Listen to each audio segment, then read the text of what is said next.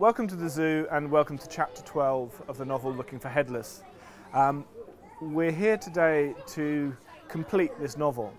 The chapter has already been written, but our presence here will actually complete the novel in a certain sense.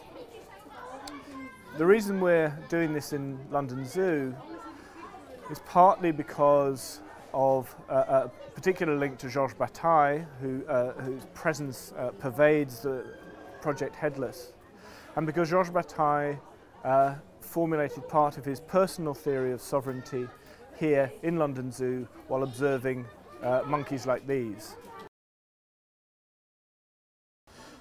No one seems to be there to introduce Cameron. He decides that he should make a start before he loses his audience to a rather good-looking monkey.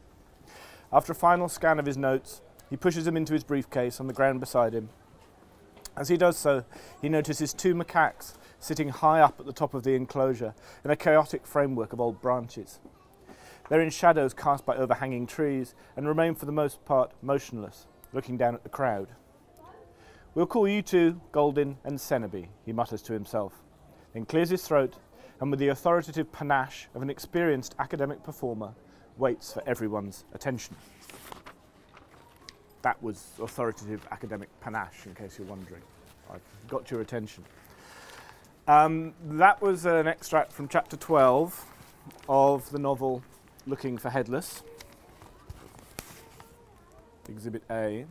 This is the novel of which you are now a part by turning up here today. Chapter 12, although we are here enacting it,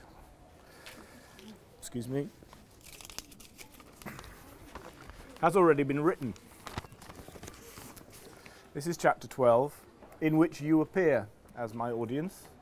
Thank you very much. And in which I give you a talk on the subject of sovereignty in front of the Macaque House in London Zoo. Now, I don't know how many people know. I know some people know a lot about Headless, some won't know so much, so I think I'll better fill you in a little bit for those that don't know. Headless is a project organised by Swedish performance artist Goldin+Senneby, for whom I act as spokesperson and emissary and in general representative on Earth. So when they exhibit anything or when they do an event like this, they don't come here. They are in fact currently on a plane back to Sweden, and I come and do the project. The purpose of the project is to hunt down an offshore finance company by the name of Headless Limited. It's an international business company. As far as we know, it exists, but it's offshore.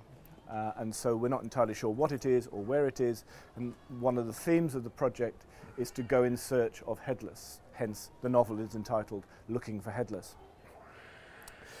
And over the past 3 years, a large number of people have been drawn into this process of looking for Headless. Some of them are real, some of them are fictional, some of them are real and fictional. Some of them know they're part of it and are willing. Some of them know they're part of it and are distinctly unwilling. Some of them have no idea that they're part of it and probably wouldn't like it if they did, but they don't.